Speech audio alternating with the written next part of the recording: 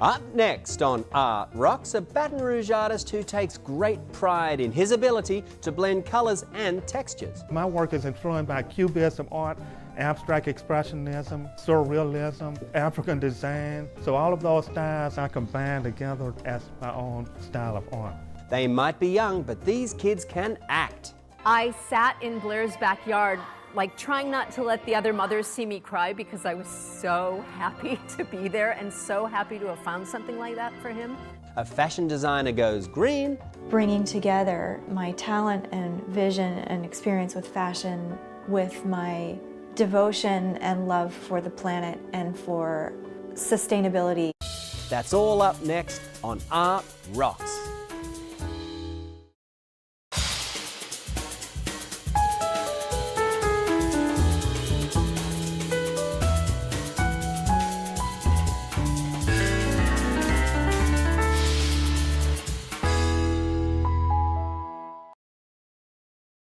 Art Rocks is made possible by the Foundation for Excellence in Louisiana Public Broadcasting and by viewers like you. Hello, I'm James Fox Smith, publisher of Country Roads magazine, and thanks for joining us for Art Rocks. Baton Rouge artist Randell Henry decided in elementary school that he was going to be an artist, despite some stiff opposition from his own mother. Today, though, Henry's work is not just a huge source of pride for his mum, it has also gained him a broad following among collectors across the United States and as far away as Africa.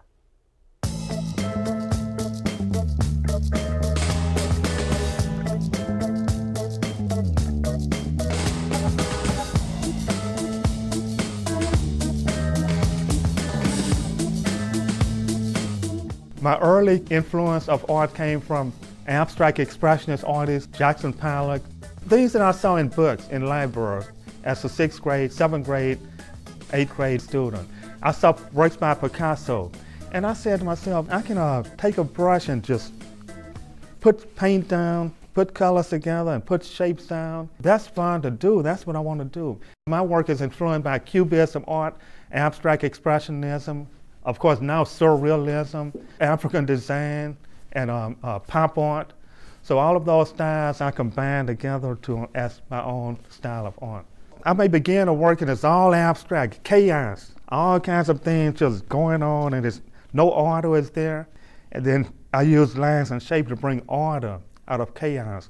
I would put faces in, put human figures in, sometimes animal figures in. I'm always looking for other materials to use. Texture, lines, shapes, and colors are very important. I like using bold colors in my works. Bright, intense color, that probably came from art that I saw in Mexico. I like mixing my own colors, putting colors together that are not supposed to go together. I like subdued colors that are not as bright too, making black and white work together. Making dark browns work together is what I like using too. Bright colors coming out of darkness, dark blues, Prussian blues, with rich cerulean blue coming through. Started using fabric from Ghana, West Africa, the kente cloth fabric. And many countries in Africa have their own fabric designs. So I like for that to show in my work, just to show a cultural type influence. It's like putting an American flag in a paint, red, white, and blue in a painting. It shows what? Americana. I'm using my own painted fabrics now. A few days ago, I cut up a pair of pants that I no longer wanted. White pants, which made a good ground to apply paint to. I cut the pants up and painted. Some of them are there. One had a denim look, denim jean type look, and I thought the texture with paint would look good with that. And another one had just a soft look, and the texture looked good with that, so I used it. Burlap too, for in fact, the lines again. I like the way the burlap is made by putting lines down, and then I painted over the burlap. Just to get different textural effects, that's what I'm using. I've shown in New York City, California, Atlanta. I have works of art in Ghana, West Africa, and Liberia. I have 2 or 3 collages in the new U.S. Embassy in Liberia. I took an interest in art in 5th grade, and I knew I would become an artist by the time I was in 6th grade. I asked my mother for $5 and I needed paint, because I wanted to start making acrylic paintings on canvas board. She believed in education, sending the kids to school to learn, read, write. And art was something something to play with. And she said, "I'm giving this to you now. Don't ask me for anything else to buy paint. I'm sending you to school to get your lesson." And I decided to major in art. That's when she probably saw that I was really serious, interested in making a lifelong career in the visual arts as a painter. So now she go to shows and see my works on exhibition, and she see lots of people walking around looking at my works, and she's happy that she gave me that $5. Randell Henry believes that every university should require students to take some visual arts classes. He says it drives greater creativity no matter what field of study a student might be pursuing. President Barack and Michelle Obama had their first date at an art museum, Chicago Art Institute. Bill and Hillary Clinton had their first date at an art museum, Emory University Art Museum. Bill Gates, a top collector of art, he has just millions of dollars worth of art. These people go to museums and art galleries because they want to be inspired to be creative in their own fields, not as a visual artist, but in the fields that they are in. Fortune 500 companies. These companies have a lot of art all around to motivate the workers, to get them to be as creative as they can be. So the visual arts inspire creativity in all fields of studies. Not only does Randell teach and paint, he also serves as curator for Baton Rouge's Southern University Art Museum. And if you haven't visited this on-campus gem, you are missing out. No matter where you live in Louisiana, opportunities to connect with the arts are everywhere, if only you know where to look. So here's a list of some of the goings-on coming up around the state.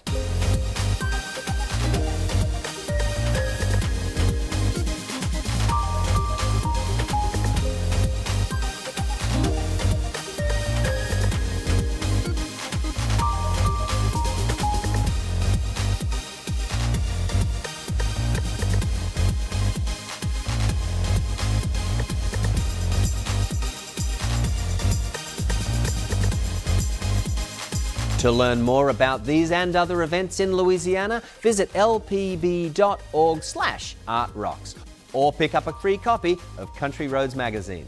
LPB's Art Rocks website also features an archive of previous episodes, so to see any segment again, just log on to lpb.org. You don't have to be a grown-up to savour the works and words of William Shakespeare. The Los Angeles Drama Club got its start as a playdate in Blaire Baron Larsen's backyard, and before long all the neighbourhood children wanted to join in. Inspired by the language of Shakespeare, these kids are learning the beauty and the magic of theatre. The Los Angeles Drama Club started as a playdate between two little girls in my backyard, one being my daughter. My neighbor and I just did an experiment. If we give these two 4-year-olds lines from Shakespeare, will they get it? And we gave them some fairy lines from The Tempest, and it turned into 4 lines. They wanted more, 6, 8, 12. Then we opened it up to 5 kids. Then it became a dozen kids. I became involved because my son, a friend told me that my son had to get involved in this group. And I literally, the first day that I brought him, I sat in Blaire's backyard, like trying not to let the other mothers see me cry because I was so happy to be there and so happy to have found something like that for him. Mistake me not to think my poverty is treacherous. Dear sovereign, hear me speak. Cecilia, you say her for your sake. Else has she reigned along her father. She is too subtle to lead her smoothness. Her very signs and patience speak to the people named pity her. Though I a fool, she robs thee of thy name. Friendly revocable is my doom, which has passed on her, she is banished. Or awesome. So wilt thou go? I charge thee, be not more grief than I am. Like I said, their vocabularies are really blossoming, and their problem-solving skills are also being challenged. It gave me a bigger vocabulary. My firmest sword, that's what authority is. As well a woman who can even play this with a woman. Come, you play with me, sir? Of course I can, mother. We'll to the river.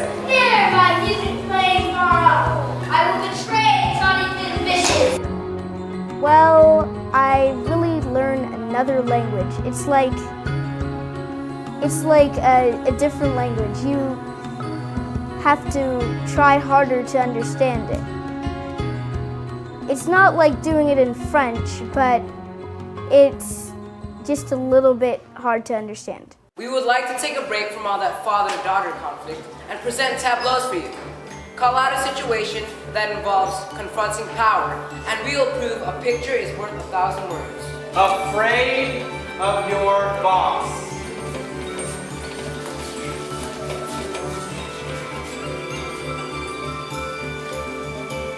Good. When he was in kindergarten, the teacher told me that he has a problem with Christopher because he was very shy.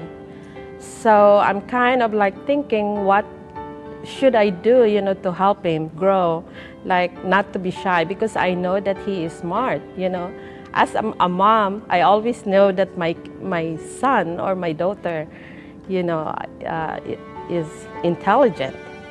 So Chris has a classmate in kindergarten, and his name is Charles, and he was the one that introduced Chris to drama, and that's why I enrolled Chris in drama club. After that, Chris is a confident young boy. I used to not like reading, but now it's a lot easier, so now I like it. I like reading a lot of books. Presenting you Shakespeare's most famous lines. Get thee to thy nunnery! Therefore is winged Cupid hates his mind. The fault here, Brutus, that's not within the stars, but in ourselves. Neither a borrower nor a lender be.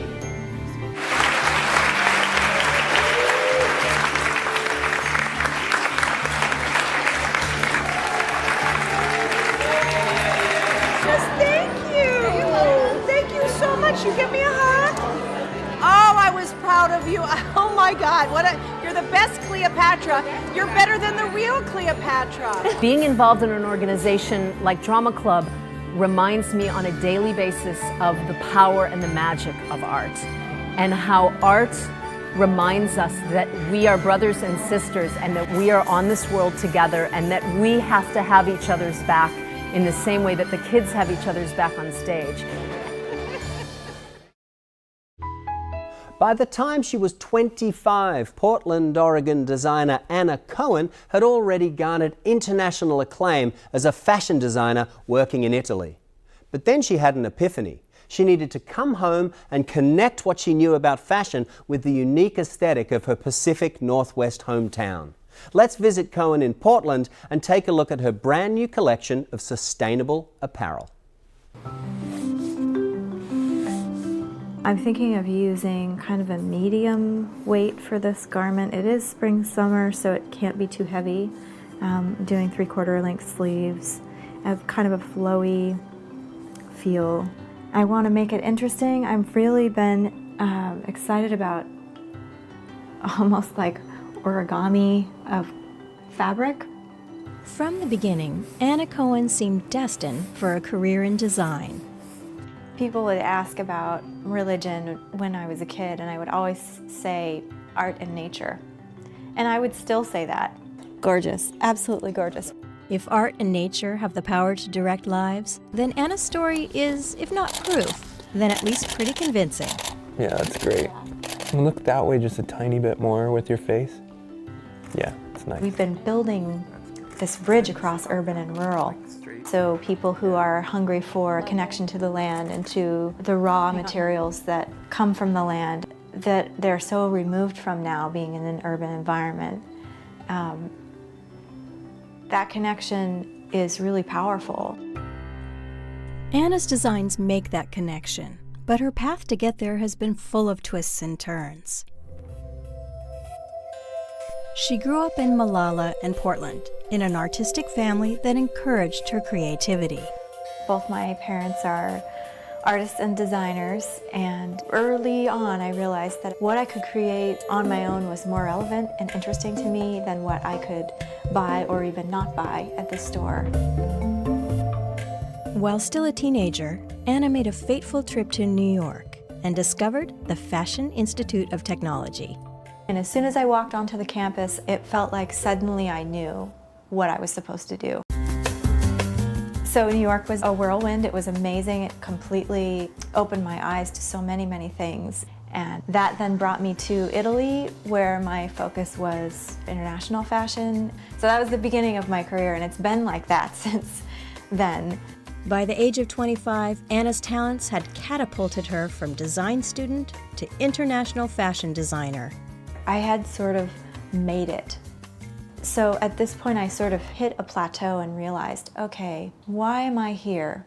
What am I doing? And I just became married to this idea of bringing together my talent and vision and experience with fashion with my devotion and love for the planet and for sustainability. That's such a buzzword, but really meaning the natural balance and respect for all life. And I realized I couldn't do that in Italy. I needed to go home where I learned this stuff to begin with. Anna returned to Oregon and designed a line of fashions made of bamboo fiber and a collection that was to become known as the canary dresses. And these models would come out one at a time, deep in the coal mines. Canaries gave warning when to take action for survival. Everything is connected. Change, be strong, find what you love what you do, listen for canaries. It was the right message at just the right time. And I started getting inquiries, and press started happening, and I started selling. It just started snowballing. But the combination of too much attention focused on too few resources, coupled with the economic downturn, meant Anna had to close her doors in March of 2008. But even as that door closed, another one opened. March, that same month, I was contacted by Imperial Stock Ranch.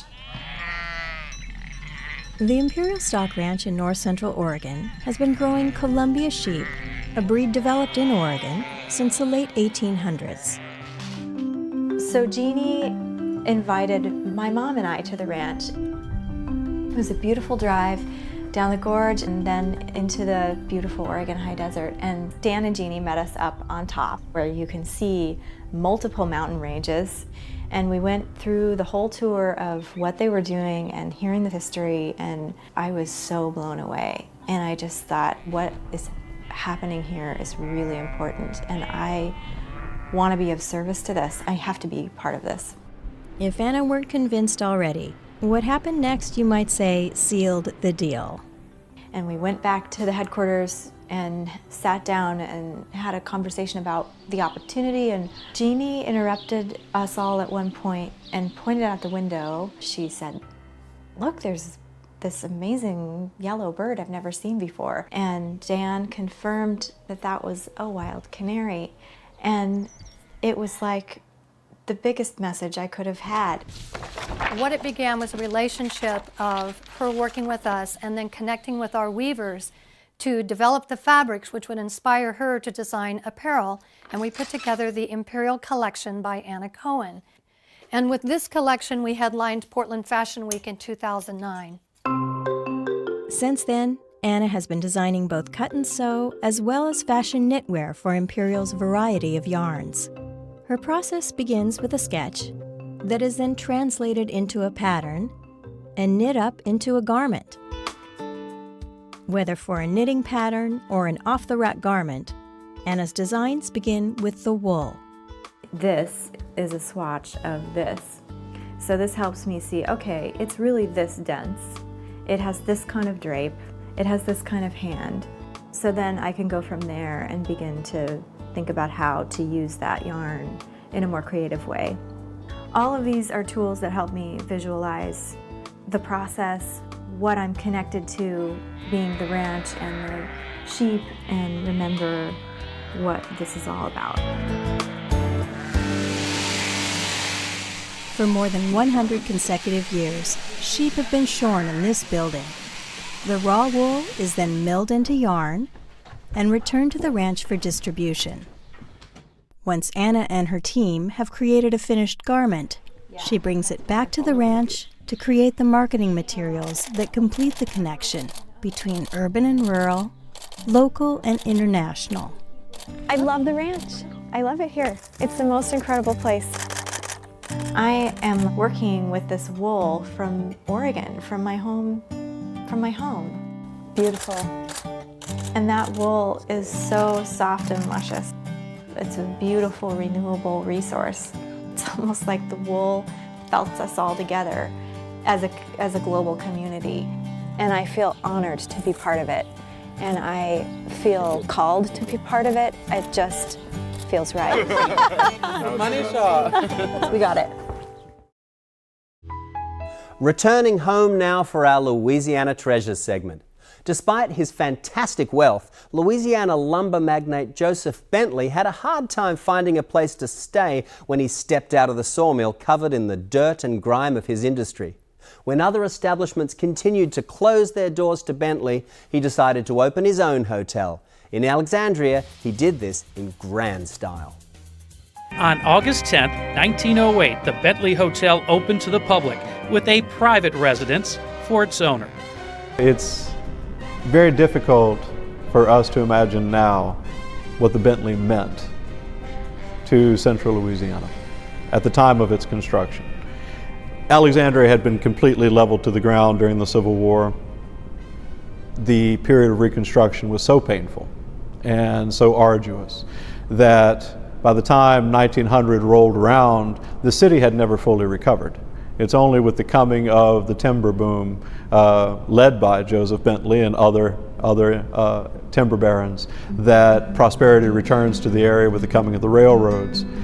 For this building to be built in basically a backwater community at that point was a great source of civic pride and a remarkable achievement for Mr. Bentley, but also for our community. It wasn't long before the Bentley became the flagship hotel for the heart of Louisiana. The room behind us really could be considered the planning stage for our victory in World War II. With the Louisiana Army maneuvers of 1940, you have the blueprint laid for final victory in Europe.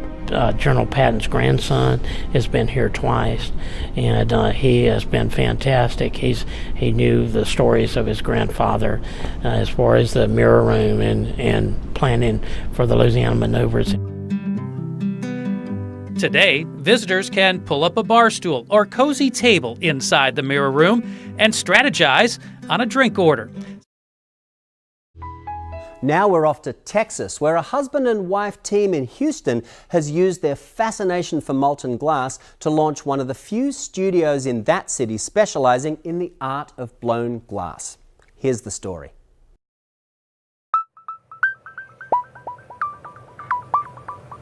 I would hope that someone coming into the studio for the first time to look, in choosing to take something home for their own, would be finding some of the joy that we find in making the glass. Neither of us have had any art background before we got involved with building the glassblowing studio. I'm Dick Moiel. I was in the medical field as a neurosurgeon. And I'm Kathy Poeppel. For the last 25 years, I've been married to Dick Moiel, and for the last 20 years, we've had a glassblowing studio together. Before we took on this venture, I was a physician assistant, and before that, an operating room nurse. So Dick and I were accustomed to spending a lot of time together and working together. The roles may have changed a little bit once we got into the glassblowing studio, but there was still a dynamic that seemed to transfer pretty well to this setting.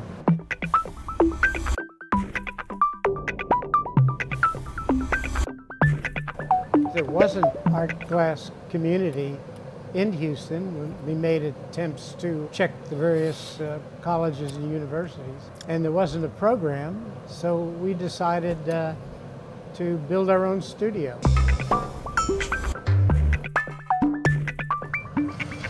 Beginning glassblowers all have the same style. It's the glass being itself. Over time, with an understanding of how the material works, and how it handles, then you can start to ask it to do some things we're interested in having it do, but it's really a relationship that continues to go on with the material.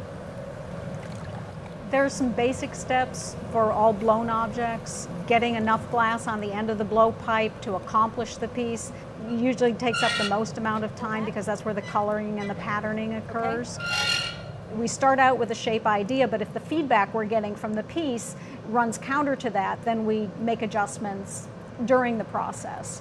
So once all of the pattern and the glass is on the end of the blowpipe, the glass is blown out, the walls are thinned, the shape is refined, and then the glass is transferred from the blowpipe to another steel rod so that the raw end that's broken off the blowpipe can be shaped and formed. And when that's done, the glass is put into an annealing oven where it is cooled at a very prescribed rate depending on the thickness of the glass to relieve the stress in the glass to bring it down to room temperature. The challenge has been to know what our limitations. We have smaller sized equipment, so we're not going to be able to do gigantic pieces. How does it feel? Feels good. I'll go right to the glory hole then as soon as you break it off. I think the biggest difference is that there's room for play and experimentation here, whereas in the operating room there was none of that, and there was a stress that's hard to kind of define, but that's something that we don't feel at all here. Blow again. When we're in the operating room, the patient's asleep. Stop. Stop. Nice. And everything that's movement is movement with the hands. But here, the glass is moving, and we're getting up and reheating and cooling, and so it's that aspect. We're not stable in one position for hours. Glass blowing is a team effort. Okay, got it. Torch. Because it's safer to do with someone helping, but it's also a community project and process then. And that's part of the joy of working with glass and blowing glass. And to be able to partner with my partner is really something that's pretty special. We wouldn't give that up for anything. Yeah. Teamwork.